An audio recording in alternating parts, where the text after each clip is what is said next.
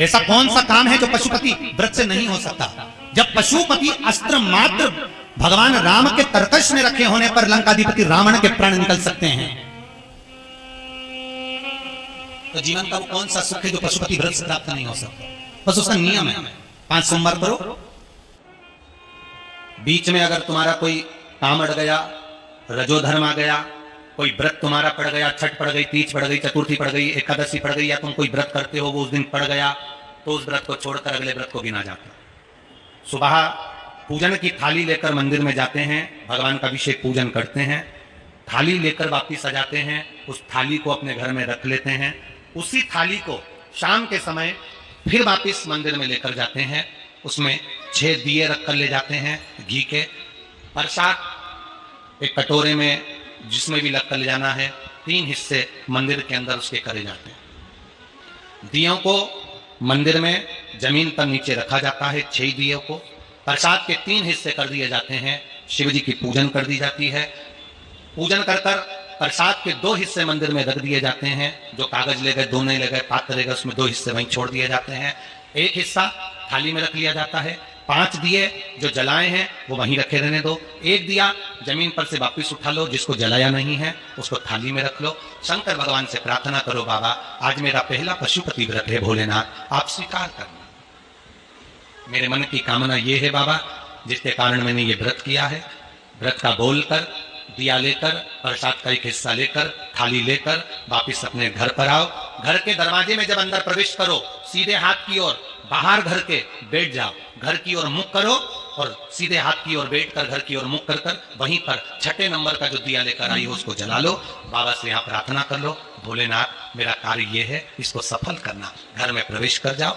भोजन करते समय सबसे पहले जो प्रसाद का 1 हिस्सा तुम मंदिर से लाई हो, पहले उसको भोजन के समय पर पहले उसको खाओ, इसके बाद फिर भोजन करो। अपने प्रसाद के हिस्से में से किसी को प्रसाद नहीं देना। प्रसाद भगवान के मंदिर में जब बनाकर लेकर जाओ, कढ़ैया में, भगोनी में उतना ही प्रसाद बनाना जितना प्रसाद मंदिर जाएगा। आप 1 कटोरा भरकर ले गए, थोड़ा सा कढ़ैया में छोड़ दिया तो आपका व्रत सफल नहीं हो पाएगा। प्रसाद उतना ही बनाना, अगर ज्यादा बना है तो ज्यादा ले जाना पड़ेगा, कम बना है कम ले जाना पड़ेगा। प्रसाद कढ़ैया में, पात्र में छूटना नहीं चाहिए। जो शंकर जी के लिए बनाया है तुमने उतना की उतना पूरा लेकर जाना पड़ेगा। ये नहीं कि मैं बच्चों के लिए थोड़ा बना के छोड़ जाऊं, बच्चों के लिए थोड़ा घर वालों के लिए बनाकर छोड़ जाऊं, ना, जितना बनाए सारा लेकर जाना पड़ेगा। इसलिए उतना बनाओ जितना तुम्हें मंदिर में ले जाना। पात्र खाली होना चाहिए, तब उसको लेकर जाओ, 3 हिस्से करो, 2 हिस्से मंदिर में रखकर 1 हिस्सा लो। 4 व्रत पूरे हो जाएं, 5वां व्रत रहे, बाबा से विनती करते हुए 108 चावल के दाने, मूंग के दाने या फूल या पंखड़ी या बेलपत्र आदि जो भी आप बाबा को 108 चढ़ाना चाहें वो ले जाओ। 1 श्रीफल, कुछ भेंट साथ में लेकर जाओ। भगवान को नमन कर कर भाव के साथ में ध्यान देना। जो 108 सामग्री ले गए हो वो भगवान को समर्पित करो। नरियल और भेंट 11 रुपए, 21 रुपए, 51 रुपए जो भी तुम लेकर गए हो, वो जो जलाधारी है, जलाधारी का मतलब होता है ये जहां पर शिव जी का शिवलिंग रखा है, ये जलाधारी, ये जल, नरियल भेंट इस जलाधारी पर कभी नहीं रखना चाहिए। जो नरियल भेंट जलाधारी पर रखते हैं उनकी भी कामना पूर्ण नहीं होती। ये नरियल भेंट या जो भी फल है, फ्रूट्स है, कोई जलाधारी पर नहीं, जमीन पर रखो। और इस जलाधारी पर जहां भगवान शंकर का शिवलिंग रखा है, गोल जल देते हैं, जलाकर दीप रख देते हैं। 6ठा 5वां व्रत भी ऐसे ही करो और बाबा से विनय करो, पशुपतिनाथ से विनती करो। पशुपति व्रत एक ऐसे व्रत हैं जो नारी, पुरुष, बच्चा, बूढ़ा जो करता है उसकी मनोकामना भोलेनाथ पूर्ण जरूर करते हैं, ये निश्चित है। अगर पति पत्नी दोनों व्रत कर रहे हैं, कभी कभी किसी का व्यापार नहीं चलता या नौकरी नहीं लगती या किसी कार्य के कारणवश, तो पति पत्नी दोनों व्रत करते हैं, एक साथ करते हैं। उन दोनों की थाली अलग जाएगी, दोनों का प्रसाद अलग जाएगा, दोनों के दिए अलग जाएंगे और दोनों अपने अपने प्रसाद को अलग से पाएंगे, एक थाली लगकर नहीं जाएगी। माँ और बेटा कर रहे हैं तो भी थाली 2 ही जाएगी, बेटी और माँ कर रही है तो भी थाली 2 ही जाएगी।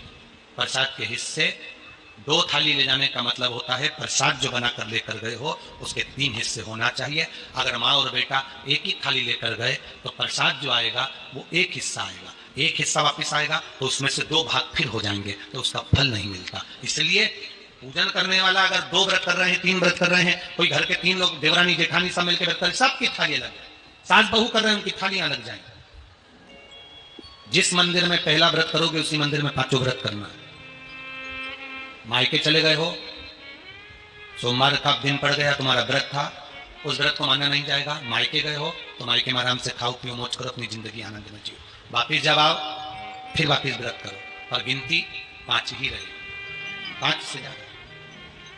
हाँ, कभी कभी फाइल अगर ज्यादा मोटी होती है तो इसको दबाने में समय लगता है। कभी कभी 3 महीना इंतजार करा, व्रत करा और पूर्ण नहीं हुआ, समझ लेना कुछ ना कुछ बाबा को बुलाने में कमी रह गई होगी, कहीं अहंकार आ गया होगा, प्रसाद बनाते समय कुछ भूल हो गई होगी, दिया मंदिर में भूल आई होंगी, या कुछ कारण हो गया होगा, कुछ ना कुछ हुआ है। देश विदेश में रहने वाले प्रत्येक सनातनी भाई बहन इस व्रत को करते हैं और मनवांचित फल मेरा भोलेनाथ पशुपतिनाथ प्रदान करता ही करता है। कई लोग उसको गुनगुनाते रहते हैं।